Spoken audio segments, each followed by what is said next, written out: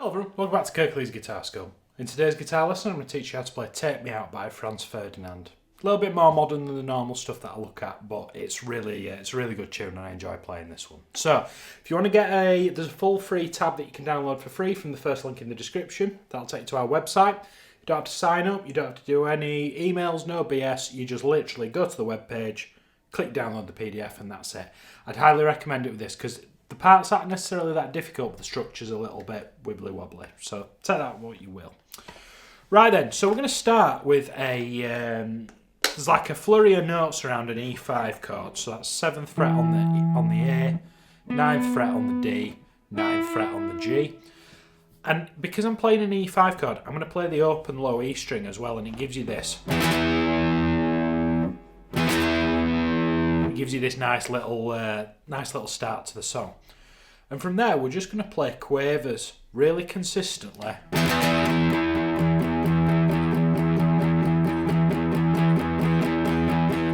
And we're waiting for the vocals there. We're going to do that for 4 bars. Excuse me. And I'm doing that all with downstrokes.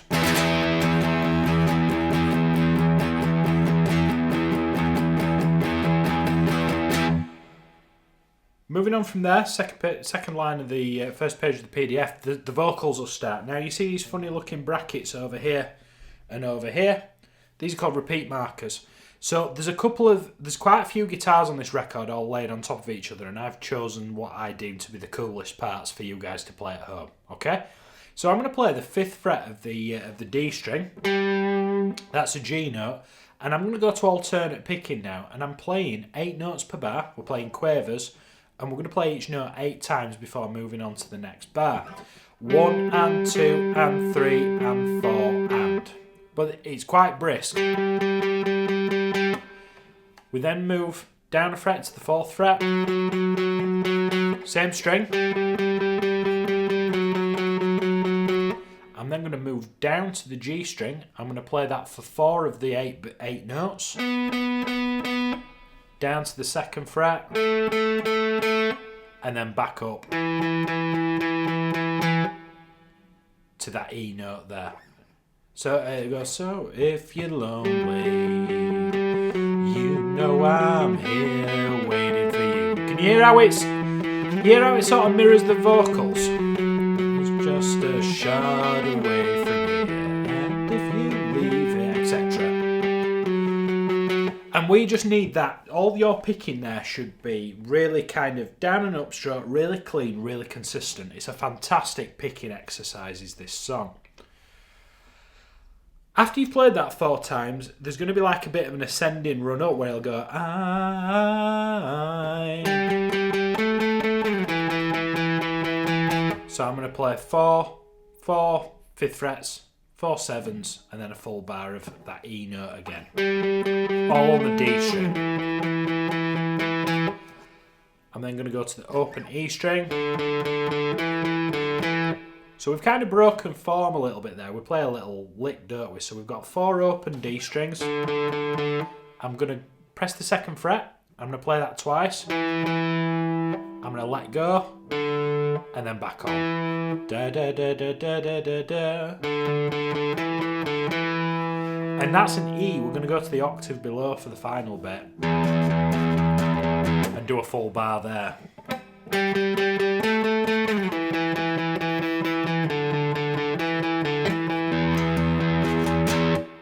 Again, really tight, closed, sharp picking. The lyric for the next bit, we're going to start winding down into the... That's coming, guys. That's coming. Sit tight. I know I won't be leaving here with you. And we're basically going to do root and 5th between a G chord and then an F chord. But we're going to do a full bar on each. So 3rd fret of the low E string, which is an A. Sorry, it's a G. 1, 2, 3, 4. 1, 2, 3, 4. 1, 2, 3, 4. 1, 2,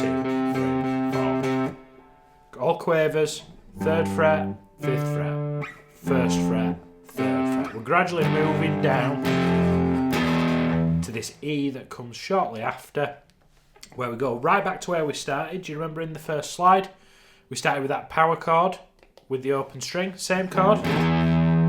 Now at this point in the song the tempo changes and we're essentially just going to hit.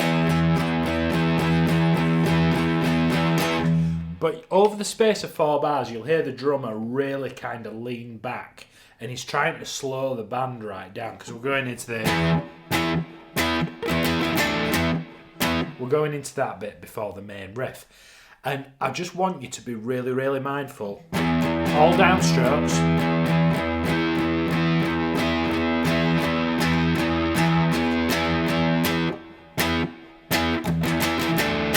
Which we then go into this part.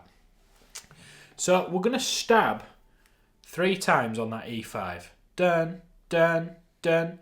I'm then going to relieve the pressure on the string, but I'm still going to press it down. And what that does is it does that kind of Nile Rodgers. Gives you a bit of a mute, but not completely muted. So I've got 3 stabs. Now you can touch the strings if you want to. But I prefer to just relieve the pressure and pick those specific strings, and that means I don't have to do as much, yeah?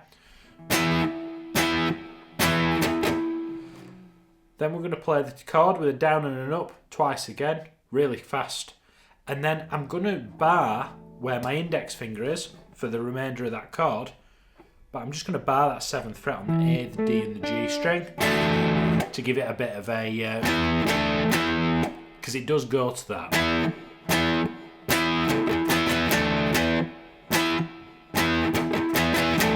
Slow that right down. Stab, stab, stab, muted. 2 fast ones, bam.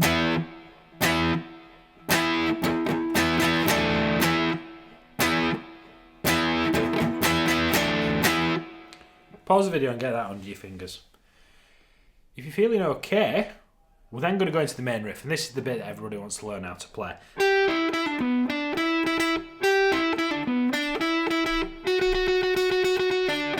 Now what I do is start with your middle finger on that 8th fret. If you start with your index finger, you're going to find yourself kind of shimmying between 2 different frets and it's just not going to work out for you. So I'm starting with my middle finger on the 8th fret of the B string, and then I'm playing the 9th fret with my ring finger on the G. I then pull off between 9 and 7, ring finger and index finger, and then resolve it with that B note on the 9th fret of the D string. You see how these 2 notes are semiquavers? They've got 2 lines connecting them. That means they're twice as fast as all the other notes. Then we're going to go 7th fret again, 9, and then 2 quick 9s. Da, da, da, da. That's from there.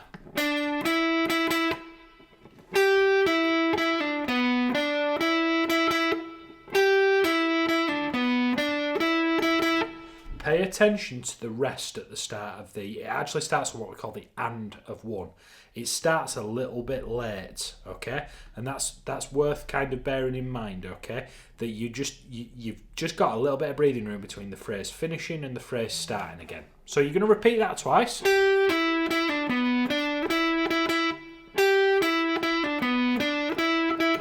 As I go on to the next slide, the 3rd bar is identical. As I get into the 4th bar of the phrase, I'm then going to play the 7th fret, more or less exclusively of the B string, and I'm going to play a big kind of burst of semiquavers. I've still got the rest. Da da da da da da da da da da da da.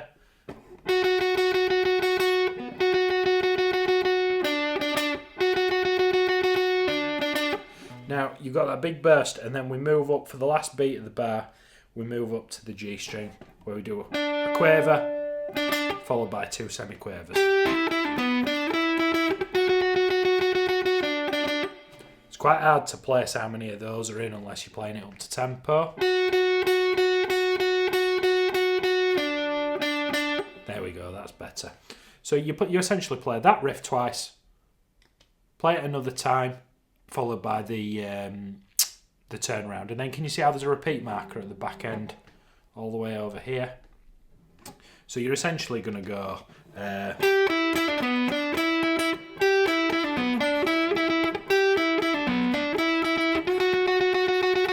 again.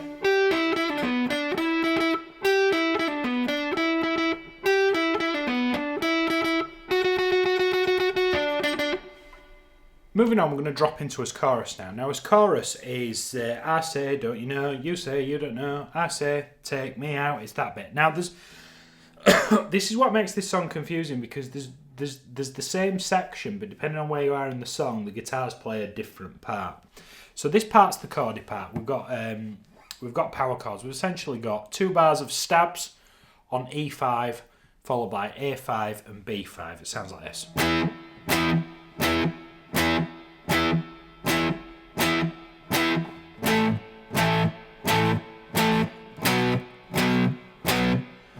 And that's repeated a second time. I'll do it without the slide in front of me. 2 bars of E5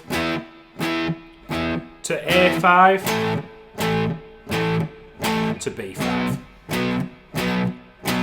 So that's the chordy part of that. But then another part which they've... so after the first chorus, we'll go back to...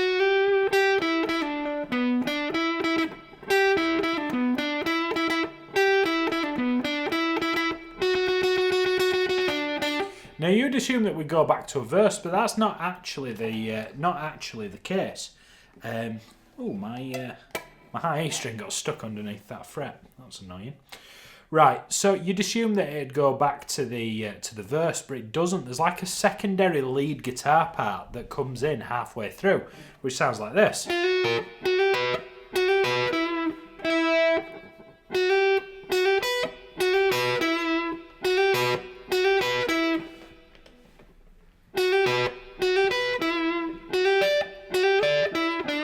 So let's break that down. Essentially, it's like the where it'll repeat the same lick 3 times, and then on the 4th time round it changes something. So I'm going to hammer between the 7th and the 8th fret of the B string with the index and middle fingers. I'm barring these 2 7th frets, so what it enables me to do is I can just do an upstroke on the high E string and get that 3rd note. We repeat it again down here, and then at the end of the bar we just play the 9th fret of the G.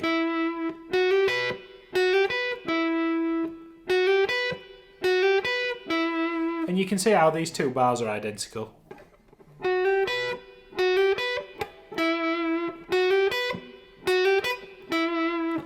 3rd bar, identical. And then on the 4th bar we swap. We're essentially swapping that 7th fret of the high E string for the 10th fret of the high E string. And you see how I tap my pinky? It's a really interesting group of intervals. And then we do a 9 and a 7 on the G string to bring it all back full circle. So it'll go.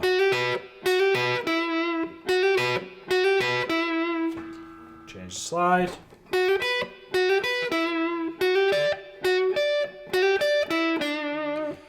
So it's just one of those little kind of annoying fiddly things that's kind of the last it's the last kind of 5 or 10%. So at any given chorus you could either be playing or you could be playing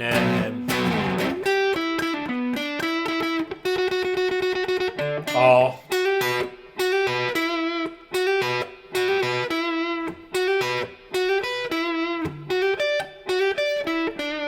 so you really, like, go and download the PDF for this. It's really going to help you with that. Following that in the song, now this whole, we've got all of the parts of the song now. You've got all of the bits, apart from, in fact, there's just some octaves that we're going to look at next, and then you've got all of the parts. Everything from this point forward, we are just sort of, I'm taking you through the structure to the song. Now, I normally just teach you the bits and wave you on your merry way. But I think with this song, actually taking you through the actual structure, the way that it's laid out in the PDF is going to help you a little bit. So to round that very first chorus off, we're going to play these octaves. Now an octave means that we're playing the same note, but we're playing 2 E's together. But if you go through the major scale or the minor scale, depending on whatever key you're in, let's say the major scale, you'll go through all the notes, E, F, G, A, B, C, D, all the way through the notes, until you hit the same note again. In those, what I mean by the same note is you hit another E. So you go E, F sharp, G, A, B, C, C sharp, D, with 2 E's there. So it's really common with bands like the Foo Fighters to do that kind of stuff. Now we're going to do some stabs here. We're going to do 4 stabs, but then we're going to take those octaves down to D. So you're going to go.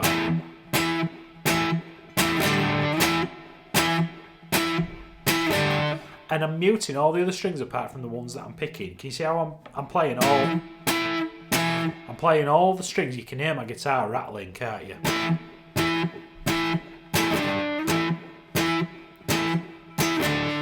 So that's just like a little bridging section to go back into the I Know I Won't Be Leaving Here. Which is part of the sort of bridge back into either a chorus or a verse. And I'm essentially walking down.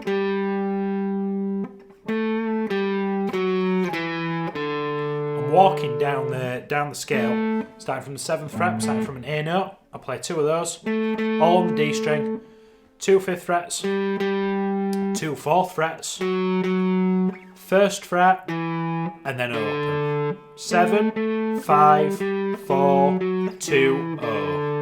And I like to do that sometimes where I'll sort of play it quite staccato. But that's not what they're doing on the record, that's just my personal taste. And then you're going to back between 2, 3, 2, 3. Can you see how the first of the 2s is a semiquaver followed by a quaver, semiquaver, crotchet. So that means these 2nd frets are quite brisk. And then you repeat the same motion, but you're going to go between fret 3 and fret 5, my mistake. All together.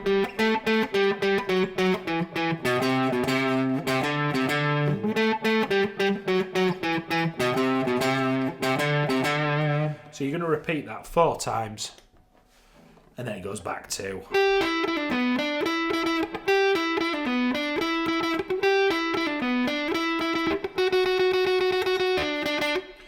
Now, it doesn't repeat this twice like it did prior, and this is what I mean structurally, is kind of, they keep throwing loads of random little curveballs at you, which make it a nightmare to try and memorise, because I play this with a band, and I might only play it 3 times a year, and I've got to relearn it each time I see it on the set list, because I bloody forget it. Following the main riff, we're now going to go to what I've labelled the chorus, which is the secondary part. Nothing's changed here, we're just going to play it twice. If we play it on the right frets, though, that would be a good start.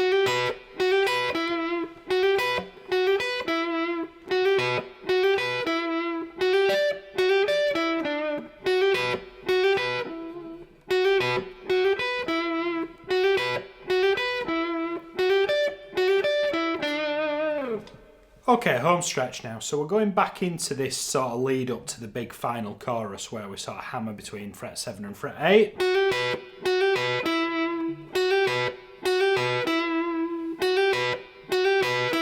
So you see how we do that the 3 times like we normally do, but then I'm looking at the very last bar here. Instead of going to the instead of going up to that 10th fret, we're going to hit a B5 chord. Take me out. It's just one slight little variation that kind of rounds the song off a little bit. Following that, we go into the main riff.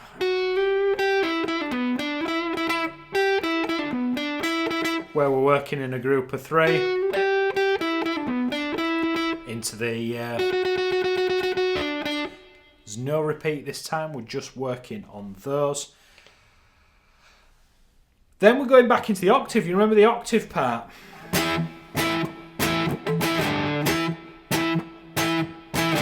So at this point in the game, I sort of feel like they're throwing everything but the kitchen sink at you, and it's kind of like, sometimes I'll look at the structure of a song and I'll kind of go, I'll sort of think that they are conspiring against us a little bit, because it's sort of, it's all the bits that we're used to, it's just all jumbled up, and they've obviously really thought really hard about where they put this stuff, but it's just, why do you have to make it so awkward?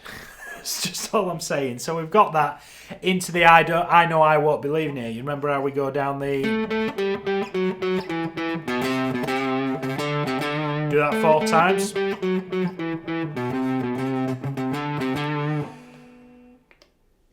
And then we're going into the...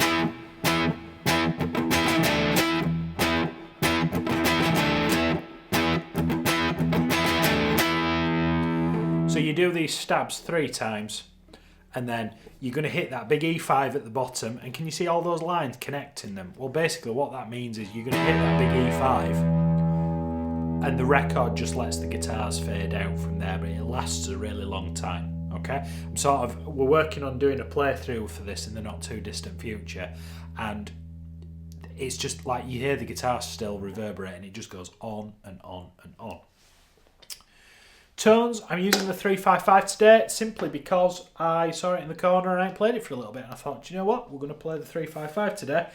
There's no particular guitar for this song, you just want to use a decent amount of crunch but not too much. You know, think more kind of Free and Bad Company than Metallica, let's say. It's quite, you know, don't get me wrong, it's quite warm. I'm using the neck pickup, you know.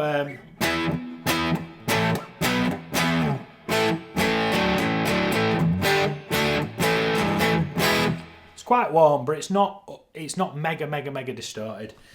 I'm using the crunch setting with the gain on 12 o'clock and the volume at 12 o'clock. The amp's set to a 0.5 of a watt. And I've got the bass in the middle on 10 o'clock and the treble on 2 o'clock with just a splash of spring reverb. Don't get too worried about tones on this. It doesn't want to be this. It doesn't want to be, you know...